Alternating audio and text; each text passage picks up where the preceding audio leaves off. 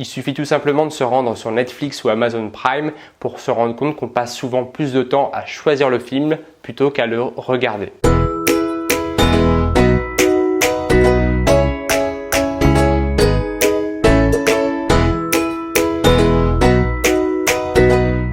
Salut tout le monde, c'est Mehdi. Dans cette nouvelle vidéo, je vais vous parler du nudge, une technique de manipulation plutôt bienveillante. Mais avant ça, je vous invite bien sûr à vous abonner à ma chaîne YouTube ainsi qu'à mon compte Instagram. Alors, on connaît tous les techniques de manipulation plutôt malveillantes utilisées par les professionnels de la vente. Je ne sais pas si vous avez bien reçu cette petite documentation-là la semaine dernière. Merci beaucoup. Au revoir. Merci. Au revoir. Parmi les techniques de manipulation les plus connues, on a bien sûr le pied dans la porte qui consiste à faire une demande peu engageante, peu coûteuse pour ensuite faire une demande beaucoup plus engageante. Par exemple, admettons que je vous croise dans la rue et que je vous demande l'heure. C'est une demande plutôt peu coûteuse et si ensuite je vous demande une pièce de monnaie pour mettre dans le parc-mètre, eh bien j'aurai beaucoup plus de chances d'obtenir cette pièce de monnaie que si je vous l'avais demandé directement. Voici un exemple de pied dans la porte. Vous pouvez essayer, c'est un moyen efficace de gagner de l'argent en peu de temps sans faire beaucoup d'efforts. Pour faire simple, la manipulation, une technique de manipulation consiste à vous faire croire que vous avez produit un comportement délibérément alors que l'on a utilisé une technique de manipulation à votre insu. Alors des techniques de manipulation, il en existe bien sûr des tonnes. Si vous voulez vous renseigner sur la question, je vous conseille l'excellent livre très connu Petit traité de manipulation pour les honnêtes gens. Alors en réalité, on utilise plus ou moins tous des techniques de manipulation même sans le savoir et dans la conscience collective, la manipulation a plutôt une connotation négative. Si vous découvrez que vous avez été manipulé par quelqu'un, il y a de fortes chances pour que vous lui en vouliez tout simplement parce que vous aurez eu l'impression qu'il vous a utilisé pour servir son propre intérêt. Et vous n'auriez pas complètement tort, effectivement, la manipulation peut bien servir des intérêts plutôt malveillants, mais la manipulation peut être tout aussi bienveillante et c'est justement ce que se propose de faire le nudge, à savoir servir l'intérêt collectif. Le nudge signifie coup de pouce en anglais et a été décrit dans le livre du même nom, écrit par Taylor et Sunstein. Par exemple, si vous voyez une mouche dans un urinoir, eh bien sachez messieurs que ce n'est pas pour la décoration,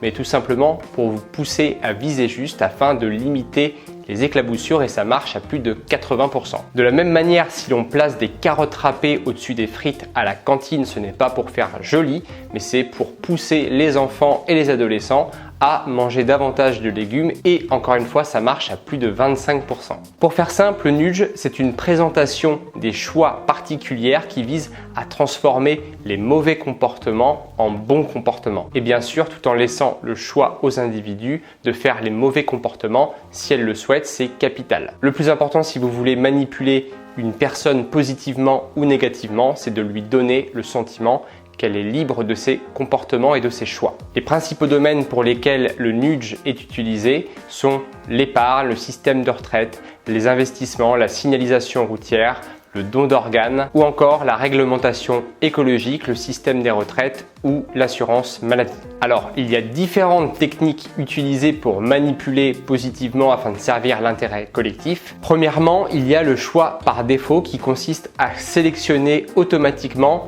une réponse qui va favoriser l'intérêt collectif. C'est notamment utilisé pour le don d'organes. Sachez que si vous ne voulez pas que l'on vous retire vos organes si vous décédez, eh bien vous allez devoir vous-même demander à ce que cette case soit décochée. Le retour d'information, lui, va consister à renvoyer une information qui va influencer sur le comportement, comme c'est le cas lorsque vous êtes sur la route et que vous voyez votre vitesse affichée sur un panneau. Si la vitesse devient rouge, eh bien vous allez avoir tendance à ralentir. La manipulation de science, donc c'est l'exemple que je vous ai donné avec la mouche dans l'urinoir. L'effet de mesure qui consiste à demander à une personne si elle a l'intention de produire ou non un comportement, eh bien sachez que ça augmente de 25% l'intention de vote lorsque l'on fait un sondage. Le balisage de repères qui consiste à situer ses goûts et ses pratiques en fonction de ceux des autres. Si on vous informe de la dépense d'énergie au sein de votre quartier, eh bien vous allez ajuster vous-même votre dépense énergétique en fonction de la dépense du quartier. Les nudges subliminaux qui peuvent se manifester sous la forme d'écriteaux, par exemple, vous pouvez voir dans les bars, boire ou conduire, il faut choisir. Grâce aux nudges, on passerait d'un mode de réflexion plus ou moins rapide et efficace à un mode de réflexion et de choix quasi préconscient. Le mode de vie dans lequel on évolue, vous le savez, est de plus en plus complexe et par conséquent, il est de plus en plus difficile de faire des choix. Il suffit tout simplement de se rendre sur Netflix ou Amazon Prime pour se rendre compte qu'on passe souvent plus de temps à choisir le film plutôt qu'à le regarder. C'est d'ailleurs pour ça qu'ils ont mis en place des algorithmes afin de nous faciliter la prise de décision.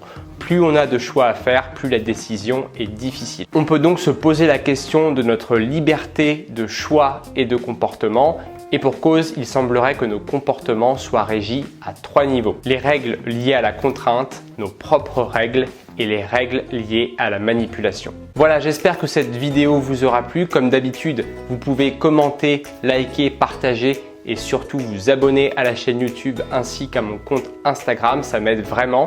D'ici là, je vous dis à très bientôt pour une prochaine vidéo. Salut!